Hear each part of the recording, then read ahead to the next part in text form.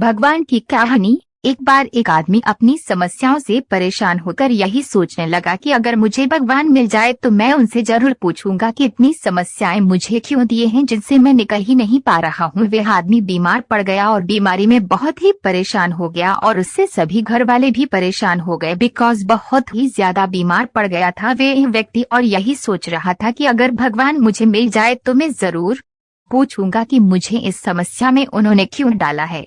आदमी अपनी बीमारी से ठीक ही नहीं हो पा रहा था। उसने बहुत इलाज कराया पर समस्या वैसी के वैसी ही बनी रहे और इस प्रकार एक साधु महाराज जी उनके गांव में आए। फिर वह व्यक्ति सोचने लगा कि साधु महाराज से ही अपनी समस्या का समाधान करवाऊंगा और इस प्रकार वह बीमारी की हालत में ही साधु महाराज जी के पास गया और कहा कि साधु महाराज जी ऐसा उपाय बताएं कि मेरी बीमारी ठीक हो जाए। साधु महाराज जी ने उसे देखा और कहा कि तुम्हारी कोई समस्या नहीं है, सिर्फ एक समस्या है कि अगर तुम भगवान पर विश्वास करोगे तो तुम्हारी सारी समस्या समाप्त हो जाएंगे। तभी उस व्यक्ति ने कहा कि मुझे भगवान से तो मिलना है क्योंकि उनसे ही पूछूंगा कि मेरी इतनी समस्या क्यों बढ़ गई है और मैं इन समस्याओं से क्यों नहीं निकल पा रहा।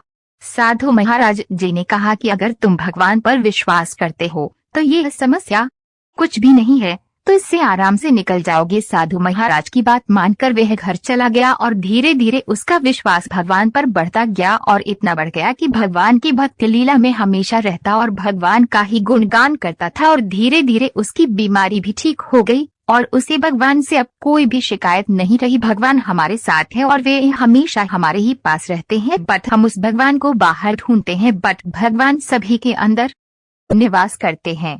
अगर आप भी भगवान से सच्चे मन से प्रार्थना करते हैं तो वे आपकी बात हमेशा सुनने के लिए तैयार रहते हैं। उनकी कृपा पाने में कुछ समय लग जाता है जिसके बाद सभी को लगता है कि भगवान उनकी बात नहीं सुन रहे हैं, मगर ये सच नहीं है। भगवान सभी की बातें सुनते हैं अगर आप उनका ध्यान सच्चे मन से लगते हैं। भगवान हमें भूलते नहीं है। हम इंसान ही जब जरूरत पड़ती है तब उन्हें याद करते हैं, बट हम सोचते हैं कि भगवान हमें भूल गए हैं। हम जब उन्हें याद करेंगे, उन्हें अपनी परेशानी बताएंगे तो हो सकता है कि हमारी मदद वे जरूर करेंगे। यही सोचकर मैं अपना कर्म करता हूँ। जब वे मेरी समस्या को दूर कर सकते हैं तो वे जरूर दूर करेंगे। हम कोशिश कर सकते हैं। यह सोचकर वे भगवान के दर्शन को मंदिर जाता है, मगर मंदिर के पास एक छोटा लड़का मिलता है। उसे बहुत भूख लगी है। वे उस आदमी से कहते हैं कि मुझे बहुत भूख लगी है। वह आदमी सोचता है कि अभी तो मुझे भगवान के दर्शन करने हैं, उसके बाद में उसे कुछ दे सकता हूँ। वह उस छोटे लड़के से कहता है कि तुम यहीं पर बैठ जाओ, मैं मंदिर से तुम्हारे लिए कुछ लाता हूँ।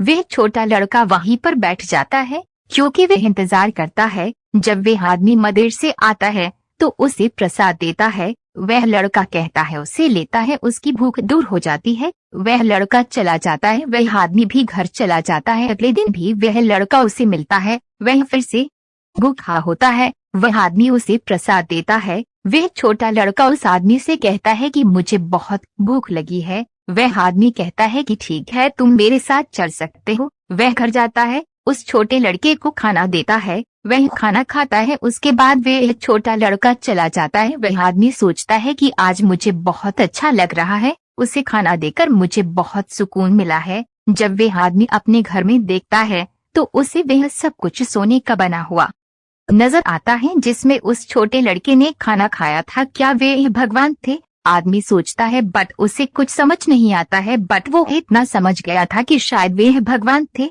जो कि मुझे दर्शन देकर चले हैं। आज मुझे पता चल गया है कि भगवान भी उनके पास आते हैं जो उन्हें बुलाते हैं।